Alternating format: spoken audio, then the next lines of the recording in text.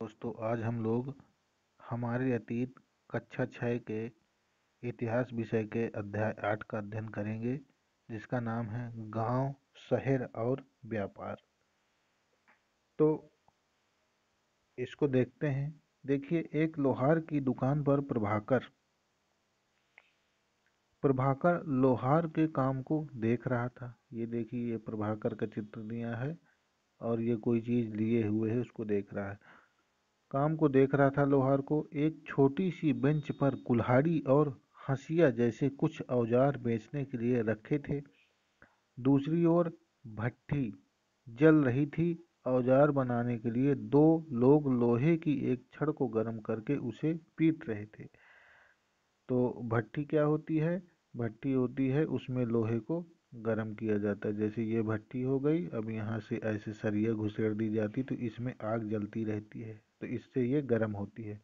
और फिर इसको निकाल लेंगे, इस सरिया को, और फिर पीट पीट करके उसको जो आकार देना चाहे दे सकते हैं। तो इस तरह से होती है।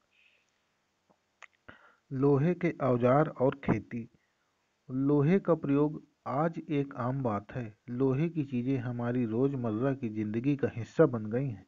इस उपमहाद्वीप पर लोहे का प्रयोग लगभग 3000 साल पहले हुआ था। देखिए, 2024 चल रहा है, तो मोटा मोटा मानो तो 2000 साल तो ये ही हो गए। और सन 1000 ईस्वी पूर्व अंतरजी अतरंजी खेड़ा में से लोहे की खोज हुई थी। तो 1000 ईस्वी पूर्व, तो ये ईस्वी चल रहा है, ये 2024 ईस्वी ईस्वी पूर्व, तो 1000 वो जोड़ दो तो ये हो गए 3000 हैं। और 2024 चल रहा है, तो 24 आप और जोड़ सकते हैं, तो 3024 साल मोटा मोटा मान लो। तो इसमें लिखा है कि लगभग कह रहा है ना, तो इसलिए कोई दिक्कत नहीं। तो 3000 साल पहले शुरू हुआ था। महापाषाण कब्रों में लोहे के औजार और हथियार बड़ी संख्या में मिले हैं। जब आपने पढ़ा है महापाषाण कब्रें, तो बताया गया था कि वो क्या करते थे, एक ऐसे कब्र बनाते थे और कब्र को अंदर आदमी को रख देते थे, और उसको जो चीज़ें पसंद थी, उसके औजार, उसके गहने, उसके कपड़े, उसके लत्ते, जो चीज़ें वो यूज करता था, उन चीज़ों को भी उसी के अगल बगल में रख देते थे। और ऐसा सोचते थे कि मरने के बाद भी उन्हें इसकी ज़रूरत पड़ेगी, इसलिए वो इन चीज़ों को साथ में रख देते थे। और उसके बाद ऊपर से बड़ा सा पत्थर से उसको ढक देते थे, और वजनदार होता था, इतना वजनदार होता था कि कोई जानवर वानवर न खोल सके। तो ये महापाषाण कालिक कब्रें हैं। तो वहां से भी लोहे के औजार मिले हैं। करीब 2500 वर्ष पहले लोहे के औजारों के बढ़ते उपयोग का प्रमाण मिलता है। इनमें जंगलों को साफ करने के लिए कुल्हाड़ियाँ और जुताई के लिए हलों के फाल शामिल हैं। सही बात है। यदि हमें पेड़ों को काटना हो, तो जो लोहे के बने होंगे, चाहे वो कुल्हाड़ी हो, चाहे जो चीज़ हो, उससे हम अच्छा काट पाएंगे, या किसी पत्थर से काट पाएंगे, चाहे पत्थर कितना भी धारदार क्यों ना हो। लेकिन पत्थर वो चोट नहीं पेड़ को काटने में दे पाएगा जो कुल्हाड़ी दे पाएगी। और जुताई के लिए प्रयोग करते थे। तो जो हल बना होता था ऐसे, यहाँ पे लोहा लगा रहता था। तो यहाँ पे पहले जो हल थे, लोहे की खोज के पहले तो ये लकड़ी के होते थे धारदार। तो लकड़ी चाहे कितनी भी धारदार क्यों ना हो, लेकिन ना वो वजन है ना वो गहराई पा सकती। फिर जब लोहे के ये लगने लगे, तो इनसे जुदाई अच्छी होने लगी। तो हलों के फाल शामिल है, और इसी को फाल कहते हैं।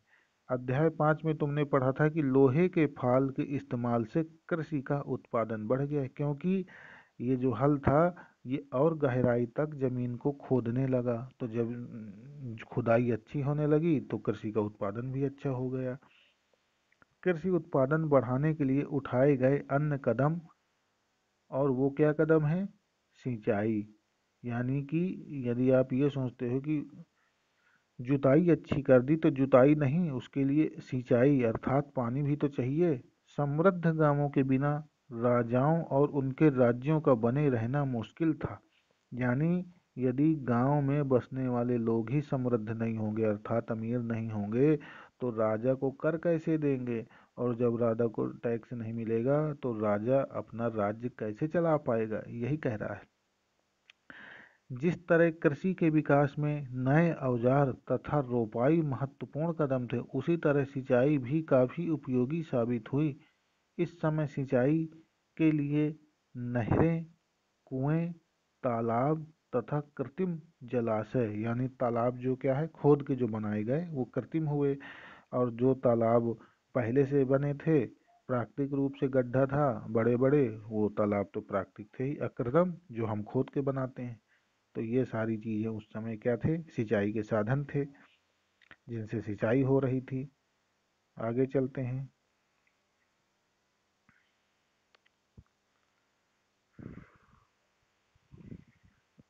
गांव में कौन रहते थे? इस उपमहाद्वीप के दक्षिणी तथा उत्तरी हिस्सों के अधिकांश गांवों में कम से कम 3 तरह के लोग रहते थे। ये हो गया उपमहाद्वीप के दक्षिण तथा उत्तरी हिस्से, पूरब, पश्चिम, उत्तर और दक्षिण। तो ये हो गया दक्षिण हिस्सा और ये हो गया उत्तरी हिस्सा। तो उत्तरी हिस्सों के अधिकांश गांवों में कम से कम 3 तरह के लोग रहते थे। तमिल क्षेत्र में बड़े भूस्वामियों को वेल्लाल, साधारण हल वालों को उण वार, और भूमिहीन जो मजदूर थे अच्छा, ये कह रहा है कि साधारण हल वालों को उणवार और भूमिहीन मजदूर कहा जाता था। दास, कड़ैसियार और अदिमई कहलाते थे, यानी जो दास थे, दासों को कड़ैसियार कहते थे और अदिमई कहते थे। आगे चलते हैं। देश की उत्तरी हिस्से में गांव का प्रधान व्यक्ति ग्राम भोजक कहलाता था, यानी ग्राम प्रधान को क्या कहते थे, ग्राम भोजक।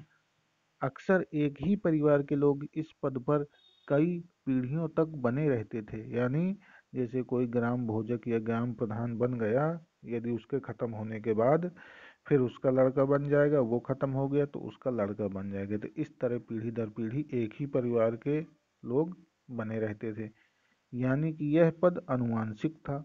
ग्राम भोजक के पद पर आमतौर पर गांव का सबसे बड़ा भूस्वामी होता था, यानी जिसके पास सबसे ज्यादा भू जमीन है उसी को ग्राम भोजक बना दिया जाता था।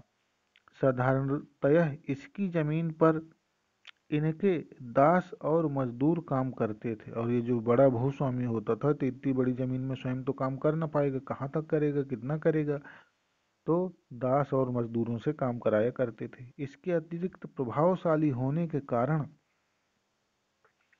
प्रायः राजा भी कर वसूलने का काम इन्हीं को सौंप देते थे। ये न्यायाधीश का और कभी कभी पुलिस का भी काम किया करते थे, क्योंकि उस समय जो है इस समय के जैसे न्यायालय उपलब्ध नहीं थे, न कोर्ट थी न कचहरी थी। तो जो गांव के न्याय का काम था वो गांव के बड़े लोग या गांव का मुखिया या यही लोग करते थे, और वही लोग पुलिस का भी काम कर लेते थे। ग्राम भोजकों के अलावा अन्य स्वतंत्र कृषक भी होते थे जिन्हें गृहपति कहते हैं। इनमें से ज्यादातर छोटे किसान ही होते थे। इसके अतिरिक्त कुछ ऐसे स्त्री पुरुष थे जिनके पास अपनी जमीन नहीं होती थी। इनमें दास कर्मकार आते थे जिन्हें दूसरे की जमीन पर काम करके अपनी जीविका चलानी पड़ती थी।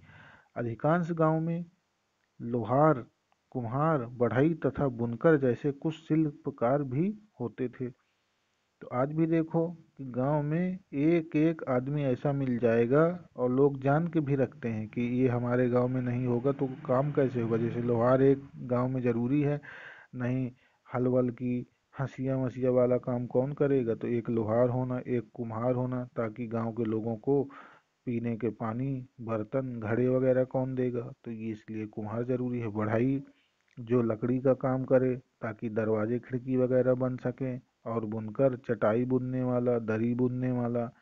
तो ये चीजें अधिकांश गांव में शिल्पकार होते थे, और अभी भी आप चले जाइए गांव में तो ये शिल्पकार एक एक लगभग लगभग लोग बसाने की कोशिश करते हैं कि मिल जाए। आगे चलते हैं। प्राचीनतम तमिल रचनाएं। तमिल की प्राचीनतम रचनाओं को संगम साहित्य कहते हैं। इसकी रचना करीब 2300 साल पहले की गई थी। इन्हें संगम साहित्य इसलिए कहा जाता है क्योंकि मदुरै के कवियों के सम्मेलनों में इनका संकलन किया जाता था। गांव में रहने वालों के जिन तमिल नामों का उल्लेख यहाँ किया गया है वे संगम साहित्य में पाए जाते हैं।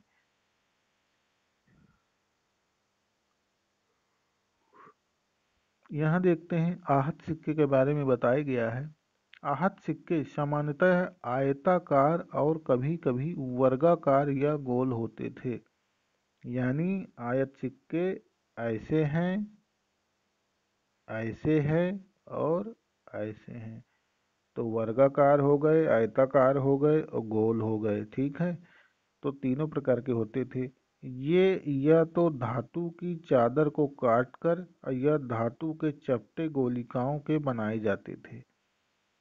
सिक्कों पर कुछ लिखा हुआ नहीं था, बल्कि इन पर कुछ चिन्ह और ठप्पे बनाए जाते थे, इसलिए इन्हें आहत सिक्के कहा गया है। ये सिक्के उपमहाद्वीप में लगभग अधिकांश हिस्सों में पाए जाते हैं और ईसा की आरंभिक सदियों में प्रचलन में रहे। ये देखिए, ये आहत सिक्कों के उदाहरण है। तो ये चांदी का है, जैसे तो कोई लोहे का हो या और किसी चीज़ का ठप्पा बना लेते थे। जैसे हम लोग पेड़ा बनाते हैं ना, तो पेड़ा में डिजाइन बनाने के लिए बाजार में ठप्पा मिलता है तो उसको ले आते हैं, और जब पेड़ा बनाते हैं तो उसमें ठप्पा मारते जाते हैं तो पेड़े में डिजाइन बन जाती। इसी तरह से ये चांदी के टुकड़े को क्या करते थे, वो जो ठप्पा था, और ये चांदी गर्म रहती थी तो चांदी को गर्म करके उसके ऊपर ये ठप्पा लगा देते थे, तो ठप्पे की डिजाइन इसमें इसी तरह बन जाती थी। तो ये देखिए, कहीं पे घुस गया है ऐसे, तो कहीं पे उभरा हुआ है, तो ये ठप्पे वाला काम है। और इसी तरह ये भी है। आगे चलते हैं। विनिमय के अन्य साधन। संगम साहित्य की इस छोटी सी कविता को पढ़ो। खेतों के सफेद धान गाड़ियों पर लदे जा रहे हैं, नमक के लिए लंबे लंबे रास्ते, चांदनी सी सफेद रेत पर परिवार को समेटे कहीं पीछे छूट न जाएं, शहरों से नमक के सौदागरों को यूं चले जाने से सिर्फ सन्नाटा रह जाता है। समुद्र के किनारे नमक का बहुत ज्यादा उत्पादन होता था। समुद्र के किनारे ही नमक का उत्पादन होगा, और कहीं तो होगा नहीं, क्योंकि उसके लिए खारे पानी की जरूरत होती है। नगर अनेक गतिविधियों के केंद्र। अक्सर नगर कई कारणों से महत्वपूर्ण हो जाते थे। उदाहरण के लिए मथुरा को देखो, देखेंगे अभी। यह 2500 साल से ज़्यादा समय से एक महत्वपूर्ण नगर रहा है, क्योंकि यह यातायात और व्यापार के दो मुख्य रास्तों पर स्थित था। इसमें से एक रास्ता उत्तर पश्चिम से पूरब की ओर और दूसरा उत्तर से दक्षिण की ओर जाने वाला था। शहर के चारों ओर किलेबंदी थी, इनमें अनेक मंदिर थे। आसपास के किसान तथा पशु पालक शहर में रहने वालों के लिए भोजन जुटाते थे। मथुरा बेहतरीन मूर्तियां बनाने का केंद्र था। सन 2000 में लगभग 2000 साल पहले मथुरा कुषाणों की दूसरी राजधानी बनी। इसके बारे में तुम आगे पढ़ोगे। मथुरा एक धार्मिक केंद्र भी रहा है, अभी भी है। अभी भी देखिए, भगवान कृष्ण का मंदिर है, वहाँ लोग जाते हैं दर्शन करने के लिए। यहाँ बौद्ध विहार और जैन मंदिर है। यानी हिंदू धर्म, बौद्ध धर्म और जैन धर्म, तीनों का धर्म का यहाँ पे स्थल है। यह कृष्ण भक्ति का एक महत्वपूर्ण केंद्र था और अभी भी है। आगे चलते हैं। मथुरा के प्रस्तर खंड, प्रस्तर खंड यानी पत्थर एवं मूर्तियों पर अनेक अभिलेख मिलने हैं। आमतौर पर ये संक्षिप्त अभिलेख हैं जो स्त्रियों तथा पुरुषों द्वारा मठ या मंदिरों को दिए जाने वाले दान का उल्लेख करते हैं। प्रायः शहर के राजा, रानी, अधिकारी, व्यापारी तथा शिल्पकार इस प्रकार के दान करते थे। उदाहरण के लिए मथुरा के अभिलेखों में सुनारों, लोहारों, बुनकरों, टोकरी बनाने वालों, माला बनाने वाले अर्थात माली, और इत्र बनाने वाले सेंट यानी जिसे आज हम लोग कहते हैं सेंट, इन इत्र या परफ्यूम के उल्लेख इसमें मिलते हैं। यानी यहाँ पर जो है दान किसके किसके दान का उल्लेख मिलता है, यानी कौन कौन लोग दान करते थे। सुनार दान करते थे, लोहार दान करते थे, बुनकर दान करते थे, टोकरी बनाने वाले दान करते थे, माला बनाने वाले और इत्र बनाने वाले, इन सब लोगों ने दान करते थे। मथुरा के लोगों के व्यवसायों की एक सूची बनाओ। एक ऐसे व्यवसाय का नाम बताओ जो हड़प्पा में नहीं था। ये तो शिल्प तथा शिल्पकार पुरा स्थलों से शिल्पों के नमूने मिले हैं। इनमें मिट्टी के बहुत ही पतले और सुंदर बर्तन मिले हैं जिन्हें उत्तरी काले चमकीले पात्र कहा जाता है, क्योंकि ये ज्यादातर उपमहाद्वीप के उत्तरी भाग में मिले हैं। उत्तरी भाग में मिले हैं इसीलिए उत्तरी आ गया है। उत्तरी और काले चमकीले पात्र हैं, कैसे काले चमकीले हैं, काले कलर के चमकीले हैं और सबसे ज्यादा उत्तरी भाग में पाए गए हैं तो उत्तरी लगा दिया है, तो इनका नाम पड़ गया है उत्तरी काले चमकीले पात्र। ध्यान रहे कि अन्य दूसरे शिल्पों के अवशेष नहीं बचे होंगे। जैसे कि विभिन्न ग्रंथों से हमें पता चलता है कि कपड़ों का उत्पादन बहुत महत्वपूर्ण था। उत्तर में वाराणसी और दक्षिण में मदुरै इसके प्रसिद्ध केंद्र थे। यहाँ स्त्री पुरुष दोनों काम करते थे, किसमें, कपड़ा उद्योग में। अनेक शिल्पकार तथा व्यापारी अपने अपने संघ बनाने में लगे थे जिन्हें श्रेणी कहते थे। शिल्पकारों की श्रेणियों का काम प्रशिक्षण देना, कच्चा माल उपलब्ध कराना तथा तैयार माल का वितरण करना था, जबकि व्यापारियों की श्रेणियां व्यापार का संचालन करती थीं। श्रेणियां बैंकों के रूप में काम करती थीं जहां लोग पैसा जमा रखते थे। इस धन का निवेश लाभ के लिए किया जाता था। उससे मिले लाभ का कुछ हिस्सा जमा करने वालों को लौटा दिया जाता था या फिर मठ आदि धार्मिक संस्थानों को दिया जाता था। आगे क्या कह रहा है, उत्तरी काले चमकीले पात्र NBPW, तो N north black painted ware. तो उत्तरी काली चमकीले पात्र क्या है, ये एक कठोर चाक निर्मित धातु की तरह दिखने वाले थे। चाक क्या होता है, जैसे कुम्हार होता है तो कुम्हार का ये चाक होता है और ये ऐसे, तो इससे घुमा के बर्तन बनाया करते हैं ना, तो उसको चाक कहते हैं। तो चाक निर्मित धातु की तरह दिखने वाले चमकदार काली सतह वाले पात्र हैं। जैसे चाक आप लोग जानते होंगे, नहीं आप लोग दबंग पिक्चर देखिएगा जिसमें सोनाक्षी सिन्हा है और बर्तन का काम करती है, तो वो चाक चलाती है, वही है चाक ये। इसे बनाने के लिए कुम्हार मिट्टी के बर्तनों को भट्ठों पर उच्च तापमान पर रखते थे, जिसके परिणाम स्वरूप इन बर्तनों की बाहरी सतह काली हो जाती थी। इन पर एक पतली काली लेप भी लगाई जाती थी जो इस बर्तन को शीशे जैसे चमक प्रदान करते थे। आगे चलते हैं। सूत कातने और बुनने के नियम। ये नियम अर्थशास्त्र के हैं। अध्याय 7 में अर्थशास्त्र का उल्लेख किया गया है। इसमें वर्णन किया गया है कि किस प्रकार एक विशेष पदाधिकारी की देखरेख में कारखानों में सूत की कताई और बुनाई की जाती थी। यानी सूत कताई और बुनाई का उस समय एक विभाग बना था और उसकी देखरेख एक पदाधिकारी करता था। ऊन, पेड़ों की छाल, कपास, पटुआ तथा सन को तैयार करने के काम में विधवाओं, सक्षम और अक्षम महिलाओं, भिक्षुणियों, वृद्धा वेश्याओं, राजा की अवकाश प्राप्त दासियों, सेविकाओं और अवकाश प्राप्त देवदासियों को लगाया जाता था।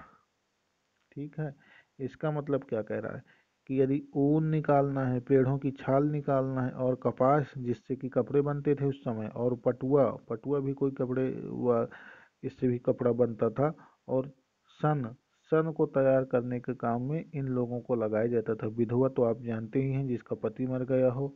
सक्षम और अक्षम महिलाएं, ऐसी महिलाएं जो किसी मान लो कोई विकलांग हो, किसी का हाथ पैर कट गया हो, किसी चीज़ में सक्षम भी हो और ना भी हो, तो दोनों प्रकार की महिलाओं को लगाया जाता था। भिक्षुणियों जो भिक्षा मांगती हैं, और जो वृद्ध मानी बूढ़ी वेश्याएं थी, और राजा की अवकाश प्राप्त दासियां थीं, यानी राजा ने जिनको दासियों के काम से मुक्त कर दिया हो वो दासियां थीं। और इसी तरह से अवकाश प्राप्त देवदासियां, देवदासियां उन्हें कहा जाता है जो मंदिरों में रहा करती थी, तो जिनको मंदिरों से अब छुट्टी मिल गई कि अब आपको मंदिर में रहने की आवश्यकता नहीं है, आप जाइए, इन सब लोगों से ये काम करवाया जाता था। इन्हें इनके काम और गुणवत्ता के अनुसार पारिश्रमिक देना चाहिए। जिन महिलाओं को बाहर निकलने की अनुमति नहीं है, वे अपनी दासियों को भेजकर कच्चे माल को मंगवा सकती हैं और फिर तैयार माल उन्हें भिजवा सकती हैं। यानी ऐसी औरतें जो मतलब घर से बाहर नहीं निकलना चाहती, तो अपनी दासियों से कच्चा माल, रुई, कपास या ये सब ऊन वगैरह मंगा लेती थी घर में, और घर से काम कंप्लीट करके अब फिर भिजवा देती थी और बदले में पैसा मिल जाता था। तो ये है। आगे, वे औरतें जो कारखानों तक जा सकती हैं, उन्हें अपना माल कारखाने तक तड़के ले जाना पड़ता था, जहां उन्हें पारिश्रमिक मिलता था। इस समय माल को अच्छी तरह जांचने के लिए रोशनी रहती है, सुबह सुबह तो रोशनी रहती है। अगर निरीक्षक उस औरत की तरफ देखता है या उधर इधर की बातें करता है, तो उसे सजा मिलनी चाहिए। यानी निरीक्षक औरत पे ना ध्यान दे, काम पे ज़्यादा ध्यान दे, और जो औरत पे ज़्यादा ध्यान देगा तो उसको सज़ा मिलेगी, ये कह रहा है। अगर औरत ने अपना काम पूरा नहीं किया तो उसे जुर्माना देना होगा। इसके लिए उसका अंगूठा भी काटा जा सकता है। उन महिलाओं की सूची बनाओ जिन्हें निरीक्षक नियुक्त कर सकता था। क्या क्या काम करने के दौरान महिलाओं को मुश्किलें झेलनी पड़ती थी। चलिए, इस पे चर्चा आप लोग करिएगा। सूक्ष्म निरीक्षण अरिकामेडु। अरिकामेडु पुडुचेरी लगभग 2200 से 1900 साल पहले अरिकामेडु एक पत्तन था। यहाँ दूर दूर से आए जहाज़ों से सामान उतारे जाते थे। यहाँ ईंटों से बना एक ढांचा मिला है जो संभवतः गोदाम रहा होगा। यहाँ भूमध्य सागरीय क्षेत्र के एम्फोरा जैसे पात्र मिले हैं। इनमें शराब या तेल जैसे तरल पदार्थ रखे जा सकते थे। इनमें दोनों तरफ से पकड़ने के लिए हत्थे लगे हैं। साथ ही यहाँ एरेटाइन जैसे मुहर लगे लाल चमकदार बर्तन भी मिले। इन्हें इटली के एक शहर के नाम पर एरेटाइन पात्र के नाम से जाना जाता है। इसे मुहर लगे सांचे पर गीली चिकनी मिट्टी को दबाकर बनाया जाता था। कुछ ऐसे बर्तन भी मिले हैं जिनका डिजाइन तो रोम का था, किंतु वे यहीं बनाए जाते थे। यहाँ रोमन लैंप, शीशे के बर्तन तथा रत्न भी मिले। साथ ही छोटे छोटे कुंड मिले हैं जो संभवतः कपड़े की रंगाई के पात्र के रहे होंगे। यहाँ पर शीशे और अर्ध बहुमूल्य पत्थरों के मनके बनाने का पर्याप्त साक्ष्य मिले। रोम के साथ संबंध दर्शाने वाले साक्ष्य की सूची बनाइए। एक यूनानी नाविक द्वारा दिया गया विवरण। बेरी गाजा या भरुच, यानी बेरी गाजा को ही भरुच बंदरगाह भी कहते हैं। बेरी गाजा की संकरी खाड़ी में समुद्र से आने जाने वालों के लिए नाव चला पाना बहुत मुश्किल होता था। राजा के द्वारा नियुक्त कुशल और अनुभवी स्थानीय मछुआरे ही यहाँ जहाज ला सकते थे। बेरी गाजा बंदरगाह में शराब, तांबा, टिन, शीशा, मूंगा, पुखराज, कपड़े, सोने और चांदी के सिक्कों का आयात होता था। हिमालय की जड़ी बूटियां, हाथी दांत गोमेद, कार्निलियन, सूती कपड़ा, रेशम तथा इत्र यहाँ से निर्यात किए जाते थे। राजा के लिए व्यापारी विशेष उपहार लाते थे। इनमें चांदी के बर्तन, गायक, किशोर, सुंदर औरतें, अच्छी शराब और उत्कृष्ट महीन कपड़े शामिल थे। राजा के लिए व्यापारी ये सब लाते थे ताकि राजा इन सब चीज़ों को पाकर खुश हो जाए और हमारे व्यापार को करने में किसी तरह की परेशानी का सामना हमें न करना पड़े। इसलिए क्या देते थे राजा को? सुंदर औरतें देते थे, अच्छी बढ़िया शराब पिलाते थे और अच्छे अच्छे गायक लाते थे किशोर कुमार जैसे के, और इस तरह से उनको खुश करते थे। बेरी गाजा से आयात और निर्यात होने वाली चीजों की सूची बनाओ। चलो। व्यापार और व्यापारी।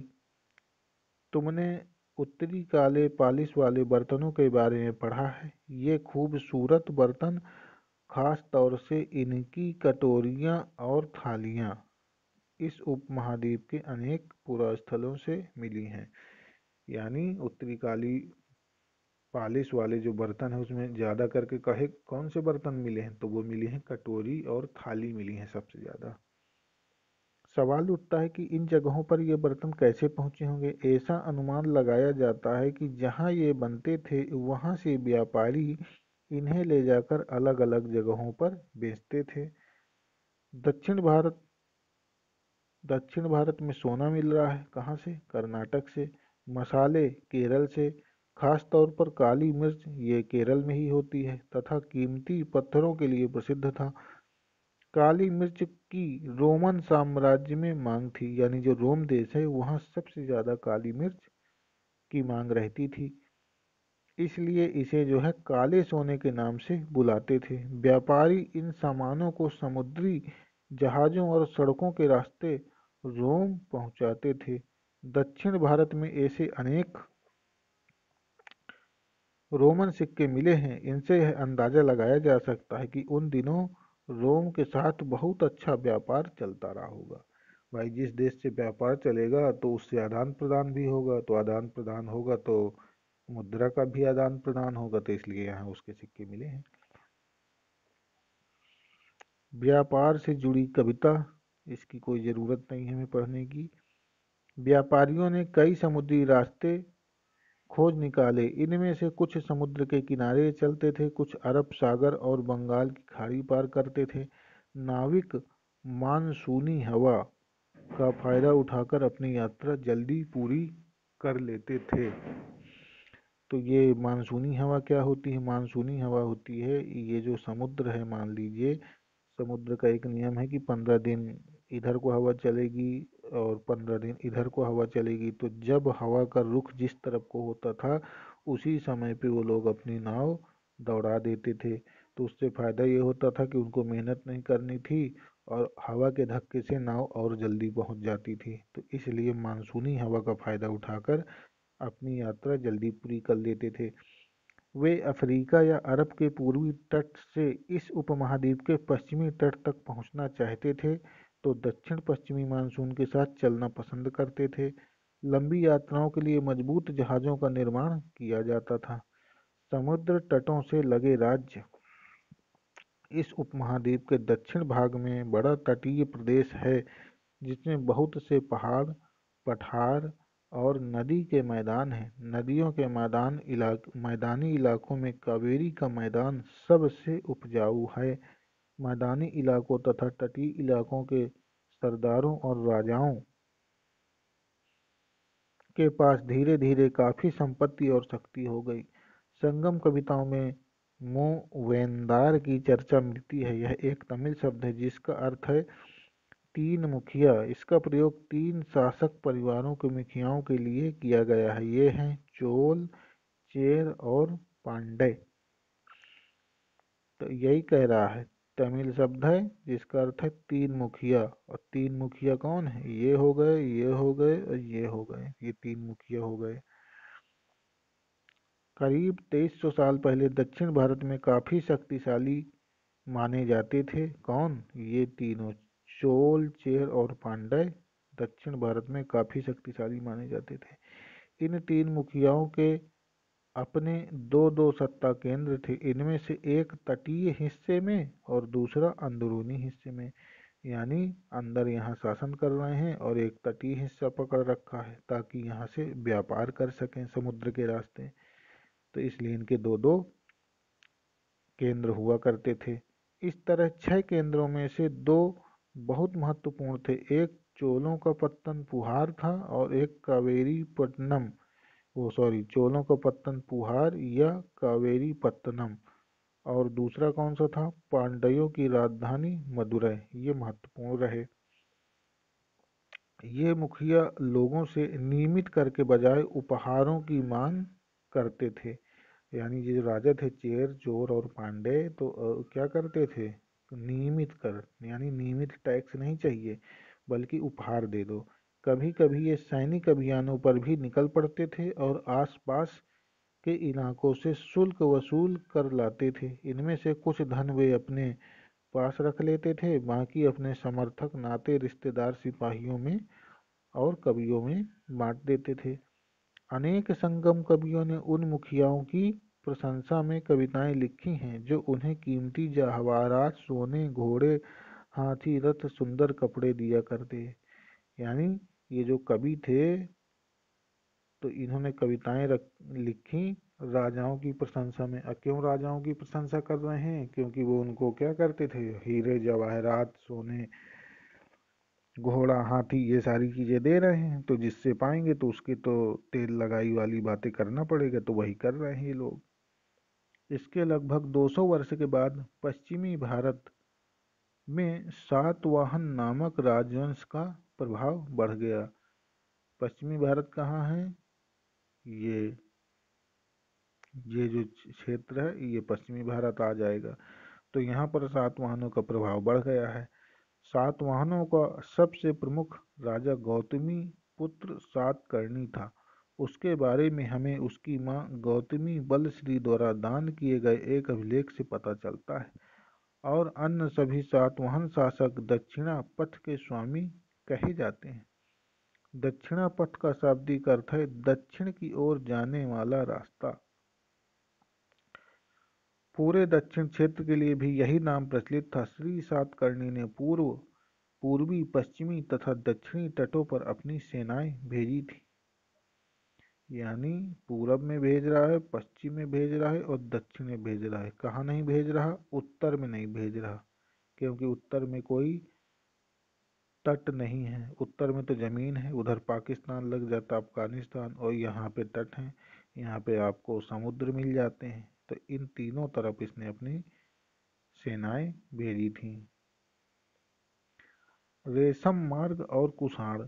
कुछ शासक इतने बड़े हिस्सों पर अपना नियंत्रण करना चाहते थे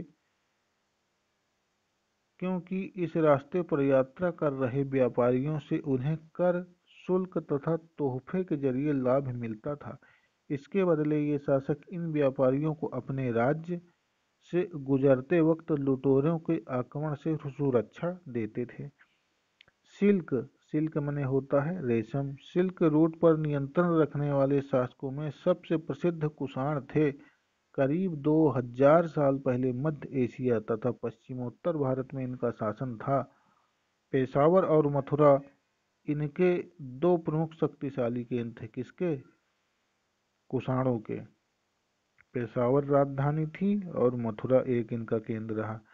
तक्षशिला भी इनके ही राज्य का हिस्सा था। इनके शासनकाल में ही सिल्क रूट की एक शाखा मध्य एशिया से होकर सिंधु नदी के मुहाने के पत्तनों तक जाती थी। फिर यहाँ जहाजों द्वारा रेशम पश्चिम की ओर रोमन साम्राज्य तक पहुंचता था। अब सिल्क रूट कहाँ था आपको बता देता हूँ। जैसे देखें इसमें नक्शा बना है कि नहीं बना? नहीं बना, और समाप्त भी है। तो देखिए ऐसे था सिल्क रूट। जैसे ये हमारा भारत बन गया ऐसे, और ये लीजिए, ठीक है, ये भारत बन गया।